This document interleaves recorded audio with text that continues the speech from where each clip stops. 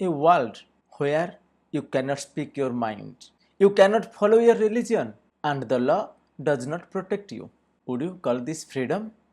India got independence in 1947, but in 1950 it gave its citizens true freedom through the fundamental rights. These are not just words on paper, they are the shield for every voice being silenced, the guardians of every dream seen by a poor child. बोलने का अधिकार, मानने का अधिकार, जानने का अधिकार, ये अधिकार हमसे कोई छीन नहीं सकता, क्योंकि ये सिर्फ कानून नहीं, इंसान भी है। आइए समझते हैं भारत के संविधान के दिल। Let's understand the heart of the Indian constitution, the fundamental rights. Hello and welcome to the state craft simplified with doctor Ajay.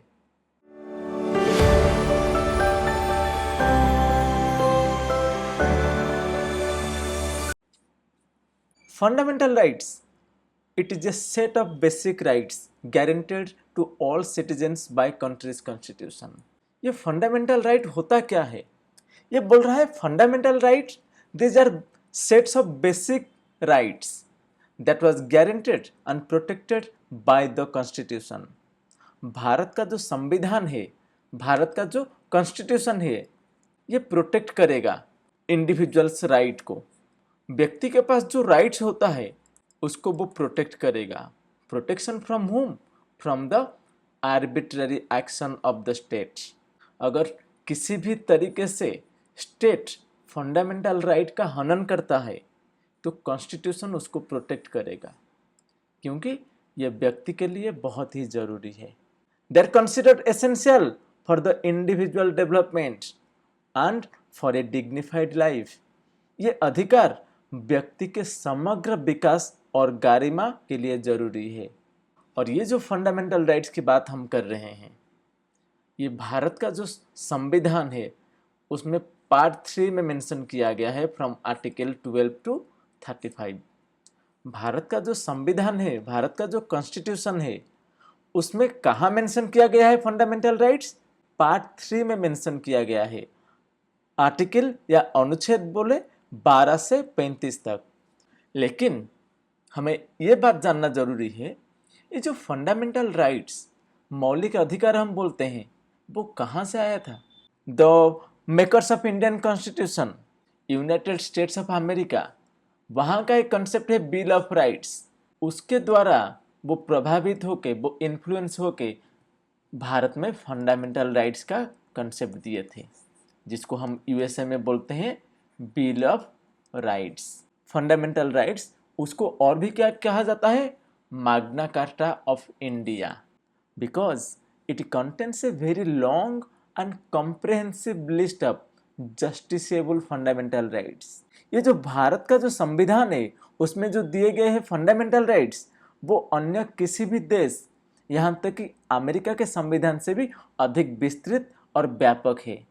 ये बहुत ही डिटेल मैनर में मेंशन किया गया है। और ये fundamental rights justiciable in nature होते हैं। इन केस किसी व्यक्ति का फंडामेंटल राइट्स में हनन होता है, कोई भी स्टेट हो गया, कोई भी इंडिविजुअल हो गया, किसी भी तरीके से वो फंडामेंटल राइट्स का वायोलेशन करता है, वो इंडिविजुअल के पास ये पावर होता है कि वो सुप्रीम कोर्ट और हाई कोर्ट्स जा सकता है for the protection of the fundamental rights. इसलिए बोला जाता है that the fundamental rights are justiciable in nature. और ये जो फंडामेंटल राइट्स है भारत में, इनका मकसद क्या है? The fundamental rights are meant for the promotion of the ideal of political democracy. ये भारत में राजनीतिक लोकतंत्र का आदर्श को बढ़ावा देता है। It promotes the ideals of political democracy. Bharat में एक राजनीतिक लोकतंत्र का आदर्श को वो बढ़ावा देता है। और क्या करता है? इट प्रिवेंट्स डेस्पोटिज्म और authoritarian rule and protects the liberties and freedom of the individual. किससे प्रोटेक्ट करता है? स्टेट से, क्योंकि ये जो फंडामेंटल राइट्स है वो बहुत ही व्यक्तिगत होता है, वो इंडिविजुअल्स को दिया गया है। ओके, एक सरकार, एक गवर्नमेंट ऐसा बनेगा जो लॉ के हिसाब से चलेगा, आइन के हिसाब से चलेगा, ना किसी इंडिविजुअल के मर्जी से चलेगा। सो ये याद रखना जरूरी है, फंडामेंटल राइट्स कहाँ से आया था, ये आइडिया यूएसए के बिल ऑफ राइट्स आया था, और किस भाग में, किस पार्ट में मेंशन किया है, पार्ट 3 में, आर्टिकल 12 to 35। और इसका मकसद क्या था, to establish political democracy in India. Features क्या होगा फंडामेंटल राइट्स का, पहला बोल रहा है available to citizens and some to all persons. भारत का जो नागरिक होंगे सिर्फ उनके लिए कुछ फंडामेंटल राइट्स है वो उपलब्ध होगा, वो लागू होगा, वो उनके लिए अवेलेबल है। और ऐसा कुछ फंडामेंटल राइट्स है वो सिटीजन हो या ना हो, कोई दूसरे देश का नागरिक हो फिर भी उसके लिए कुछ राइट्स मिलेगा। दूसरा क्या बोल रहा है, not absolute, they are subject to reasonable restrictions. इसका मतलब क्या है, that means fundamental rights are qualified in nature, they are not absolute, they are qualified. That means the state can impose reasonable restriction on them. State के पास ये power है, वो उस fundamental rights को रेस्ट्रिक्ट कर सकता है। कब रेस्ट्रिक्ट कर सकता है, जब इंडिविजुअल लिबर्टी और सोसाइटल नीड्स इन दोनों के बीच में उसको बैलेंस एस्टेब्लिश करना हो तो तभी ये फंडामेंटल राइट्स को थोड़ा बहुत रेस्ट्रिक्ट कर सकता है। और क्या फीचर्स हो सकता है, they are enforceable by courts, that means it allows the citizen to seek legal remedies if their rights are violated. अगर किसी भी इंडिविजुअल के पास कोई भी फंडामेंटल राइट्स है, अगर उसका वायोलेशन हो रहा है तो उसके पास क्या पावर है, वो कोर्ट जा सकता है। कोर्ट के पास ये पावर है कि ये फंडामेंटल राइट्स को प्रोटेक्ट करेगा, इसीलिए बोला जाता है they are enforceable by the court और court of law, which ensures the individual have the access to justice and can hold the government accountable for its actions. सरकार क्यों ना हो, अगर फंडामेंटल राइट्स का वायोलेशन करता है उसको भी कोर्ट समन जारी कर सकता है। Fundamental rights can be amended. Bharat का जो संविधान में दिया गया है जो मौलिक अधिकार, वो फंडामेंटल राइट्स, उसको अमेंड भी किया जा सकता है। और वो परिवर्तन, वो अमेंडमेंट कौन करेगा, ओनली किसके पास वो पावर है, पार्लियामेंट। लेकिन जब ये अमेंड किया जाएगा तो वो संविधान का जो बेसिक स्ट्रक्चर है उसको वो वायोलेट नहीं करना चाहिए। ये आया था कब, बेसिक स्ट्रक्चर का जो कंसेप्ट 1973 में आया था, केशवानंद भारती केस। ये बहुत ही इंपॉर्टेंट है, हम बाद में इसको डिटेल में डिस्कस करेंगे। और क्या फीचर हो सकता है, सस्पेंडेड ड्यूरिंग इमरजेंसी।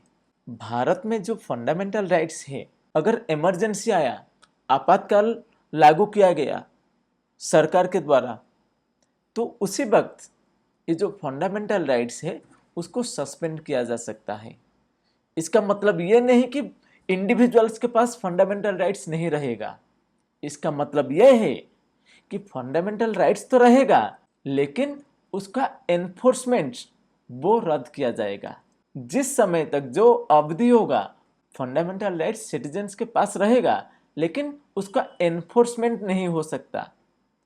और क्या सारा का सारा फंडामेंटल राइट्स सस्पेंड किया जाएगा during the time of emergency, वो बोल रहे हैं नहीं, आर्टिकल 20 और 21 को छोड़ के बाकी सारा का सारा फंडामेंटल राइट्स सस्पेंड किया जाएगा। और स्पेशल प्रोविजन भी है आर्टिकल 33, 34, 36 में। तो 33 आर्टिकल में क्या बोल रहा है, द पार्लियामेंट कैन रेस्ट्रिक्ट और abrogate the application of the fundamental rights on the members of the arm forces, paramilitary forces and police forces. तो ये जो स्पेशल फोर्सेस जितने हैं ये, और ये फंडामेंटल राइट्स लागू नहीं हो सकता। तो ये आर्टिकल 33 बोल रहा है। 34 क्या बोल रहा है, अगर मार्शियल लॉ किसी एरिया में लागू हुआ है तो तभी हम बोल सकते हैं फंडामेंटल राइट्स को रेस्ट्रिक्ट किया जा सकता है। Okay, list of fundamental rights हम पहले ही डिस्कस कर चुके हैं।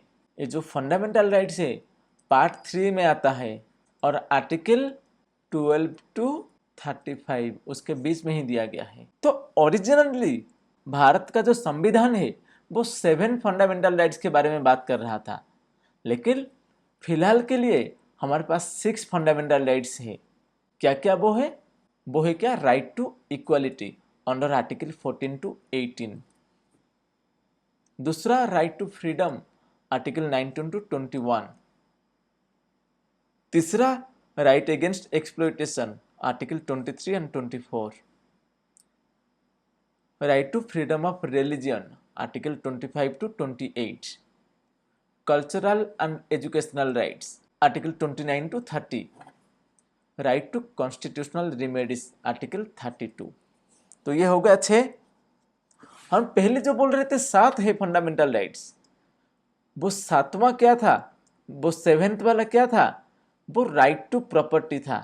ओके, ये राइट टू प्रॉपर्टी, इसको हम हटा दिए थे 1978 में by the 44th constitutional amendment act. उसके जरिए में हमारे पास जो पहले 7 फंडामेंटल राइट्स था, उनमें से राइट टू प्रॉपर्टी को हटा दिए थे हम 1978 में। तो फिलहाल के लिए हमारे पास 6 फंडामेंटल राइट्स हैं, और ये जो राइट टू प्रॉपर्टी है वो आर्टिकल 300A में है, जो लीगल राइट्स के तहत हम माना जाता है, legal rights. So right to property, संपत्तिगत अधिकार, right to property is no more a fundamental rights. Let's discuss all the articles one by one. Article 12, definition of states. So the term state has been used in different provisions concerning fundamental rights. So article 12 के तहत क्या क्या state के definition में आ सकता है? It includes the government, parliament, local authorities and others like LIC, ONGC etc. ये बोल रहा है भारत का जो सरकार, भारत का जो गवर्नमेंट है, वो आ जाएंगे स्टेट के हिसाब से, उसको स्टेट कहा जाएगा। पार्लियामेंट ऑफ इंडिया, उसको भी हम स्टेट बोल सकते हैं। उसमें कोई लेजिस्लेटिव ऑर्गन हो, एग्जीक्यूटिव ऑर्गन हो, यूनियन गवर्नमेंट भी हो, ये सब आ जाएंगे स्टेट के कैटेगरी में। आर्टिकल 12 के तहत ये सब डेफिनेशन ऑफ स्टेट में आ जाएंगे। उसके अलावा और क्या हो सकता है? Government and legislature of the states, ये सेंट्रल गवर्नमेंट की हम बात कर रहे हैं, स्टेट गवर्नमेंट की हम बात कर रहे हैं। वहाँ का जो लेजिस्लेटिव ऑर्गन होगा, वहाँ का जो एग्जीक्यूटिव ऑर्गन होगा, या वहाँ का जो गवर्नमेंट होगा, ये सारे स्टेट के हिसाब से आ जाएंगे, ये सारे स्टेट माना जाएंगे। फंडामेंटल राइट्स का हनन करता है तो उसके विरुद्ध कोर्ट में केस फाइल किया जा सकता है। और कौन हो सकता है? कोई भी लोकल अथॉरिटी हो, म्यूनिसिपैलिटी, पंचायत राज, कोई डिस्ट्रिक्ट लेवल का कोई बोर्ड हो, वो सब आ जाएंगे। स्टैट्यूटरी और नॉन स्टैट्यूटरी ऑर्गेनाइजेशंस, LIC हो गया, ONGC, okay, SAIL India. Article 13 it basically talks about laws inconsistent with fundamental rights are void. इसका मतलब क्या है? Article 13 it basically declares that all laws that are inconsistent with or in derogation with any of the fundamental rights shall be void। क्या मतलब है? ये कहता है कि जो भी कानून ये फंडामेंटल राइट्स के विरुद्ध या उनमें कटौती करता है, वो void माना जाएगा, उसको हम अनकॉन्स्टिट्यूशनल डिक्लेयर कर सकते हैं। ओके, और आर्टिकल 13 क्या बोल रहे हैं? Doctrine of judicial review. Article 13 के तहत ये जुडिशियरी को ये पावर दिया है फंडामेंटल राइट से उसको प्रोटेक्ट करने के लिए जुडिशियल रिव्यू का सहारा ले सकता है। Okay, the power of judicial review has been conferred on the supreme court as well as high court. Supreme court की हम बात करें जुडिशियल रिव्यू का पावर, तो आर्टिकल 32 के तहत होगा, और हाई कोर्ट्स की हम बात करें तो आर्टिकल 2 to 6 के तहत हो सकता है। और ये कंसेप्ट कब आया था? केशवानंद भारती केस 1973 में आया था। Okay, right to equality from article 14 to 18। Right to equality क्या बोल रहा है? Right to equality basically ensures that the all individuals irrespective of their background they have equal rights and opportunities to develop their skill, talent and pursue their ambitions। ये बोल क्या रहा है? ये बोल रहा है कि कोई भी व्यक्ति हो, कोई भी इंडिविजुअल हो, उसका बैकग्राउंड कुछ भी हो, उसका सेक्स कुछ भी हो, उसका रिलीजन अलग हो सकता है, जेंडर अलग हो सकता है, उसका बर्थ प्लेस अलग हो सकता है, उसका कास्ट भी अलग हो सकता है, ये सारा चीज अलग हो सकता है, फिर भी उन सबको हम इक्वली ट्रीट करेंगे, equality. So right to equality. ये बोल रहा है उसका कोई भी बैकग्राउंड हो सकता है, उसके बावजूद सबको बराबर के अधिकार और अवसर मिलना चाहिए उनके प्रतिभाओं को विकसित करने के लिए और अपनी महत्वाकांक्षाएं को पीछा करने के लिए। ये इक्वालिटी जरूरी है। तो इसके अंदर हम आर्टिकल 14 टू 18 तक पढ़ेंगे। तो आर्टिकल 14 क्या बोल रहा है? Equality before law. It basically talks about equality before law and equal protection of law. This article guarantees that the state shall not deny any person equality before law and equal protection of law.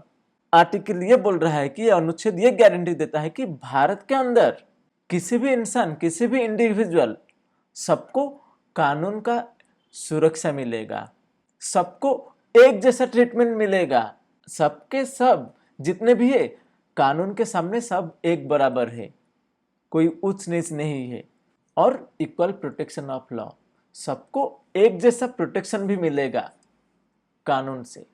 कोई minister का बेटा हो या कोई चपरासी का बेटा हो, वो पियन का बेटा हो, दोनों गलती किए हैं, दोनों क्राइम किए हैं, तो दोनों को पनिशमेंट भी मिलेगा, irrespective of their religion, irrespective of their caste, irrespective of their social background, कुछ भी हो वो माना नहीं जाएगा। So law is supreme. यहाँ पे आइन के सामने सब बराबर है, all are equal in the eyes of law. Article 15 of the Indian Constitution, it basically talks about prohibition of discrimination on certain grounds. That means the state cannot discriminate against any citizen on the basis of religion, race, caste, sex और place of birth. ये बोल रहा है कि ये जो article 15 है उसके आधार पे ये बोल रहा है कि स्टेट किसी भी नागरिकों के साथ उनके धर्म, जाति, वर्ग, लिंग या जन्मस्थल के आधार पर कोई भी भेदभाव नहीं करेगा, कोई भी डिस्क्रिमिनेशन नहीं करेगा। It ensures that no citizen shall be subjected to any disability, liability or restriction on this ground.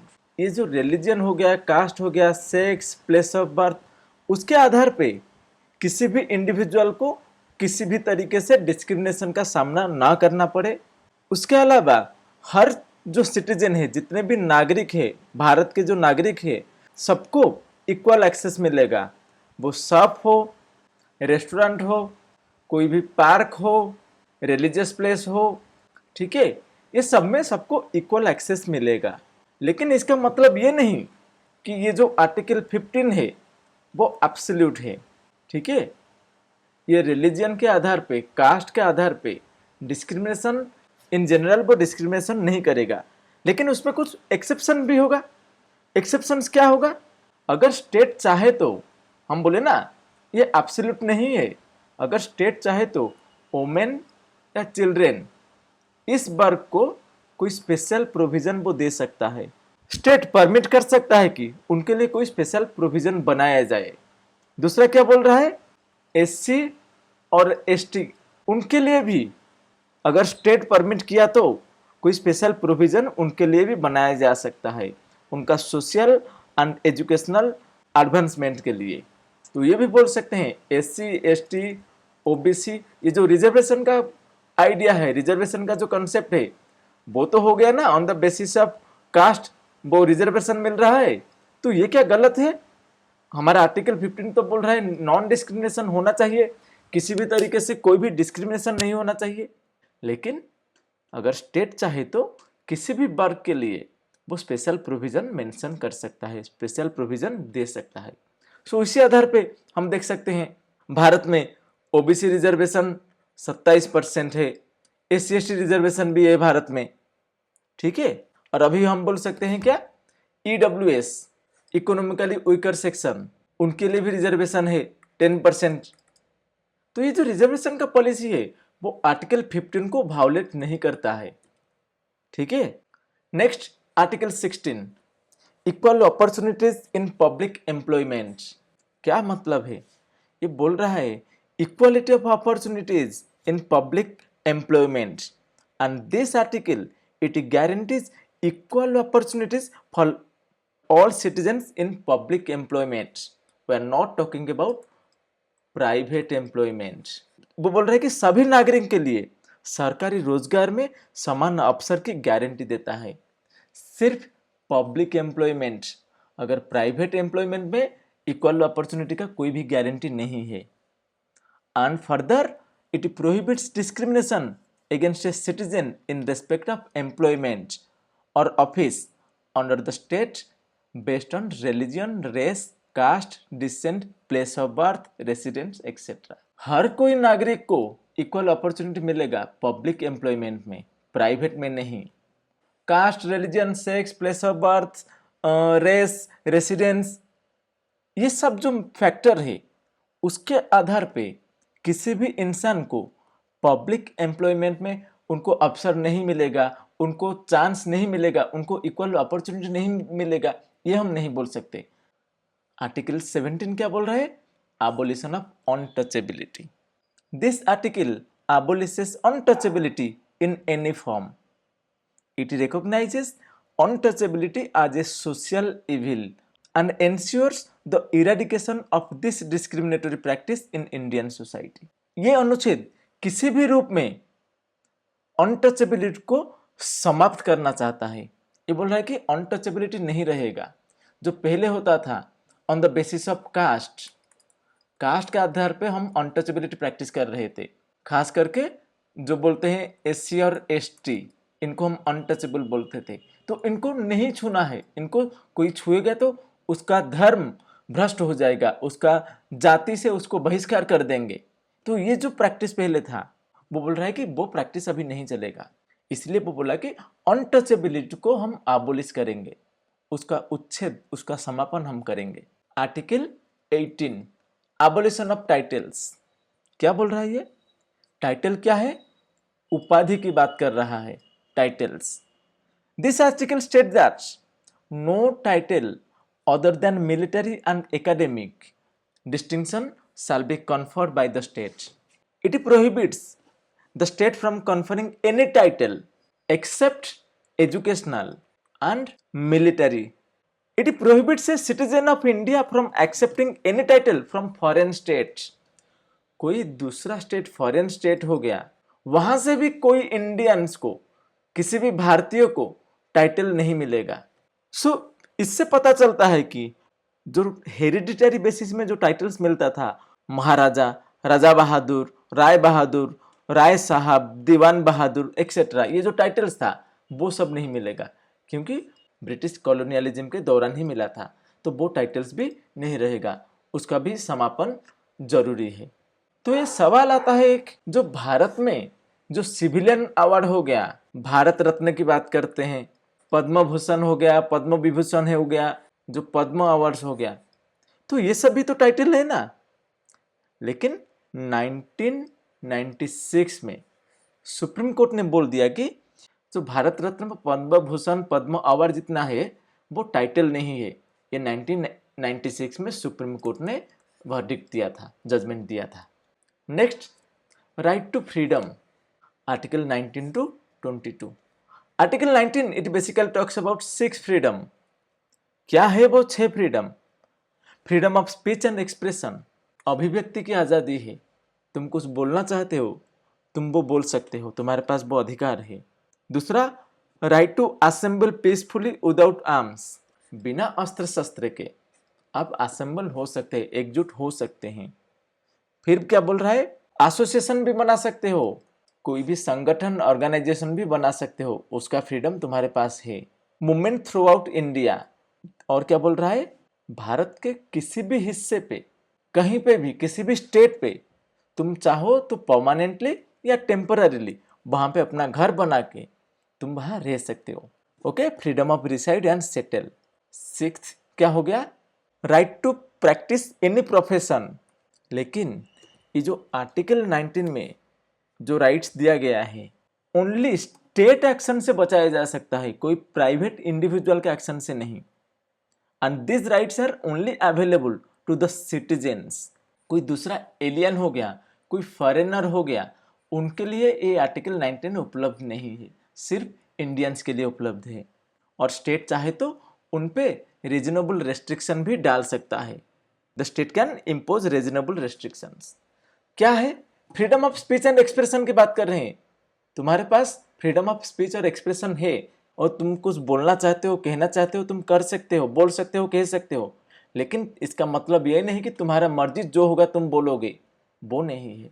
ये बोल रहे असेंबल करने का अधिकार है, लेकिन विदाउट आर्म्स, पीसफुल मैनर में असेंबल करना होगा।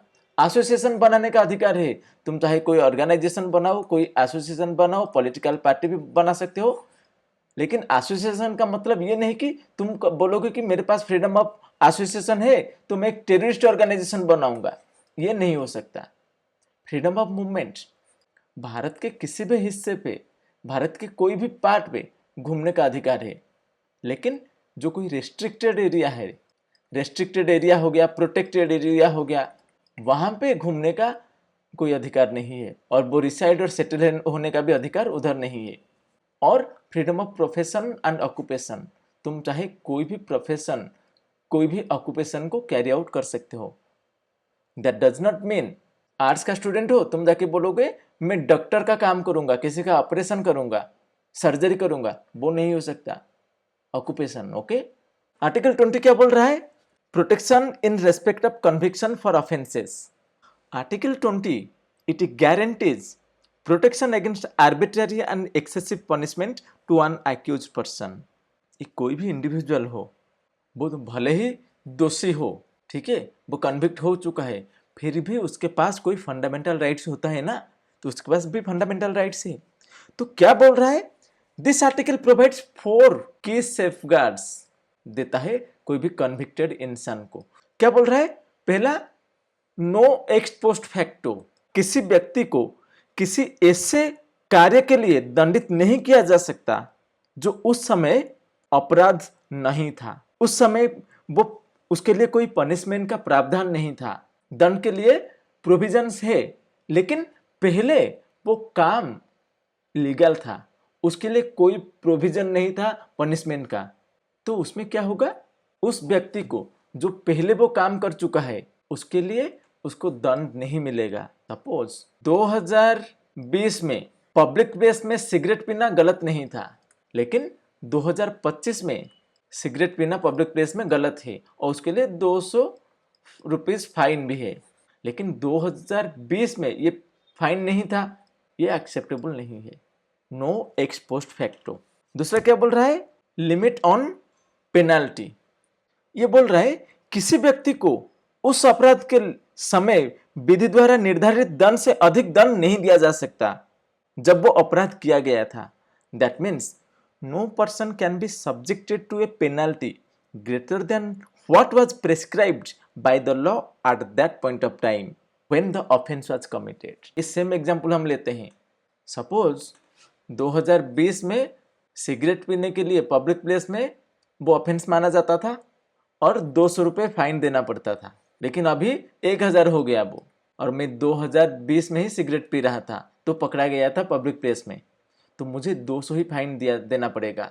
इसका मतलब ये नहीं कि मैं 2025 में पकड़ा गया, मेरे विरुद्ध जो केस चल रहा था उस केस 2020 से चल रहा है और 2025 में वो प्रमाणित भी हो गया कि हाँ मैं पब्लिक प्लेस में सिगरेट पी रहा था, तो उसके लिए मुझे अभी जो 1000 रुपये पेनाल्टी है वो देना पड़ेगा, या पहले जिस समय में ये क्राइम कमिट किया था उस समय में जो पेनाल्टी का प्रोविजन था वो देना पड़ेगा। सीधे तरीके से ये बोलता है उसी समय ही जो प्रोविजन था वो 200 रुपये, वो 200 ही देना पड़ेगा, 1000 नहीं। इसीलिए बोल रहा है कि किसी व्यक्ति को उस अपराध के समय जो निर्धारित किया गया होगा पेनाल्टी या दंड कुछ भी हो वो ही देना पड़ेगा, ना कि अभी के समय क्या है क्या नहीं है, अभी के समय क्या पेनाल्टी है वो नहीं देना पड़ेगा। और क्या बोल रहा है? No double jeopardy. A person can not be prosecuted and punished for the same offence more than once.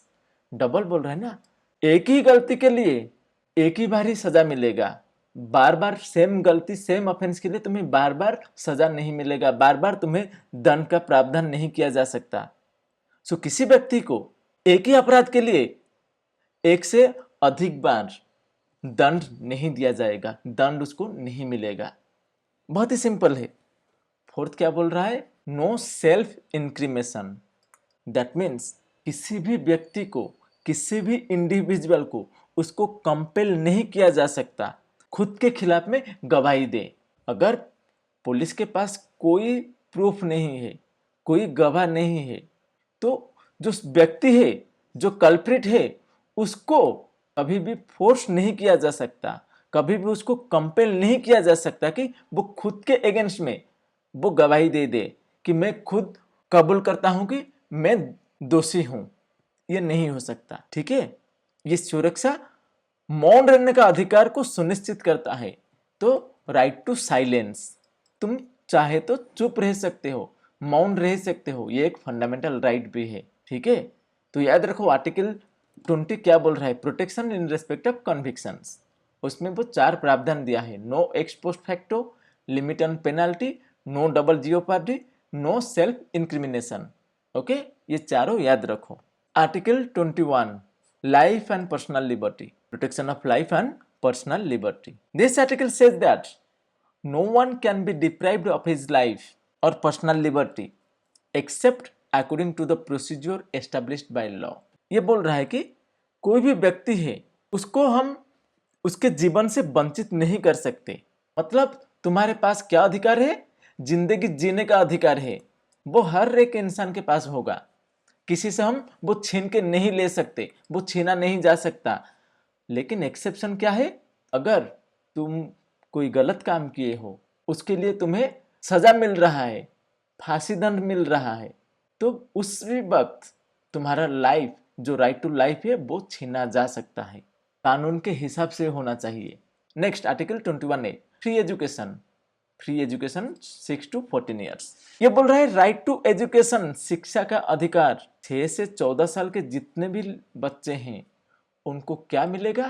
Free and compulsory education. ठीक है, ये स्टेट को मैंडेट दिया गया है। It mandates the state. तो स्टेट क्या करेगा? Free and compulsory education promote करेगा, प्रोवाइड करेगा हर बच्चे को जो 6 के 14 साल के अंदर ही आते होंगे। और ये जो प्रोविजन है ये 2002 में आया था by the 86th constitutional amendment act.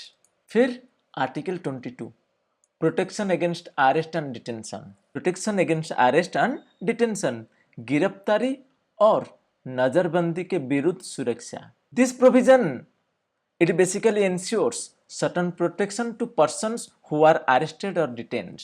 तो पुलिस किसी व्यक्ति को अरेस्ट कर रहा है, डिटेन कर रहा है, तो उसको ये बताना पड़ेगा वो इंसान जिसको वो अरेस्ट कर रहा है उसका गलती क्या है, क्यों उसको अरेस्ट किया जा रहा है, ग्राउंड ऑफ अरेस्ट। दूसरा क्या बोल रहा है? Right to consult. उसके पास भी ये अधिकार होगा, वो कंसल्ट कर सकता है, खुद को डिफेंड कर सकता है बाय लीगल प्रैक्टिशनर। कोई भी लॉयर है, कोई भी एडवोकेट है, उसको लेके वो केस लड़ सकता है। तीसरा क्या है? The right to be produced before a magistrate. जिसको अरेस्ट किया गया है उसके पास ये भी अधिकार है, तो उसको मैजिस्ट्रेट के सामने पेश करना पड़ेगा within 24 hours excluding the travel hours. Travel के लिए जितना टाइम लिया उसको छोड़ के और 24 आवर्स के अंदर ही उसको प्रोड्यूस करना पड़ेगा मैजिस्ट्रेट के पास ही। ठीक है, और ये जो 3 प्रोटेक्शन मिलता है, ग्राउंड ऑफ अरेस्ट क्या है, क्यों अरेस्ट किया गया है, क्यों डिटेन किया गया है, वो बताना होगा। अपराधी एक लॉयर का हेल्प ले सकता है, खुद को डिफेंड करने के लिए कोई लीगल प्रैक्टिशनर का हेल्प ले सकता है, या फिर 24 आवर्स के अंदर ही मैजिस्ट्रेट के सामने उसको पेश करना पड़ेगा। उसका पेशी जरूरी है, अनिवार्य है। ये सब प्यूनिटिव डिटेंशन में काम आता है, प्रिवेंटिव में नहीं। प्रिवेंटिव प्यूनिटिव क्या है? तुम वो गलत काम कर चुके हो, उसके बाद तुम्हें अरेस्ट किया जा रहा है। और प्रिवेंटिव में क्या होता है? तुम कुछ करने जा रहे हो जो इलीगल है, तो तुम्हें वो करने से पहले ही तुम्हें अरेस्ट किया जा रहा है, तुम्हें डिटेन किया जा रहा है। तो प्रिवेंटिव डिटेंशन में ये जो 3 प्रोविजन सेफगार्ड वो अप्लाई नहीं होगा। ठीक है।